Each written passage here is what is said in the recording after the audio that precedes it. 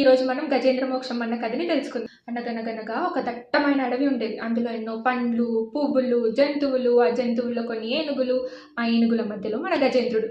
ఒకరోజు గజేంద్రుడు తన తోటి ఏనుగులతో కలిసి నదికి స్నానానికని వెళ్తాడు. అప్పటికే ఆ నదిలో ఉన్న ఒక మొసలి గజేంద్రుని కాలిని పట్టేసుకుంటుంది. ఆ బాధ నొప్పి తట్టుకోలేక గజేంద్రుడు ఫస్ట్ బ్రహ్మదేవుడిని వేడుకుంటాడు. బ్రహ్మదేవుడు పుట్టించడం వరకే కదా నా పని అని పట్టించుకోడు.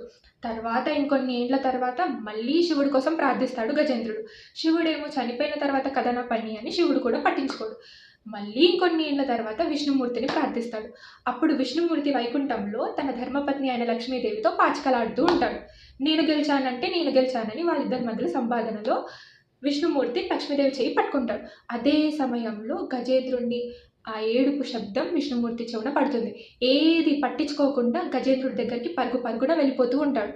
అదే సమయంలో అయ్యో విష్ణుమూర్తి వెళ్ళిపోతున్నాడని అతని వెనక వైకుంఠం, లక్ష్మీదేవి, శంఖ చక్రాలు అన్నీ తరలి వస్తాయి. అప్పుడు విష్ణుమూర్తి గజేంద్రుడిని చూసి తన చక్రాన్ని విసిరేస్తాడు. విసిరేయంగానే ముసలి తల 2 ముక్కలవి. అప్పుడు గజేంద్రునికి మోక్షం వస్తుంది. అందుకే కథ పేరు గజేంద్ర మోక్షం. అయితే పాస్ట్ లైఫ్ కూడా ఉంది వీళ్ళకి.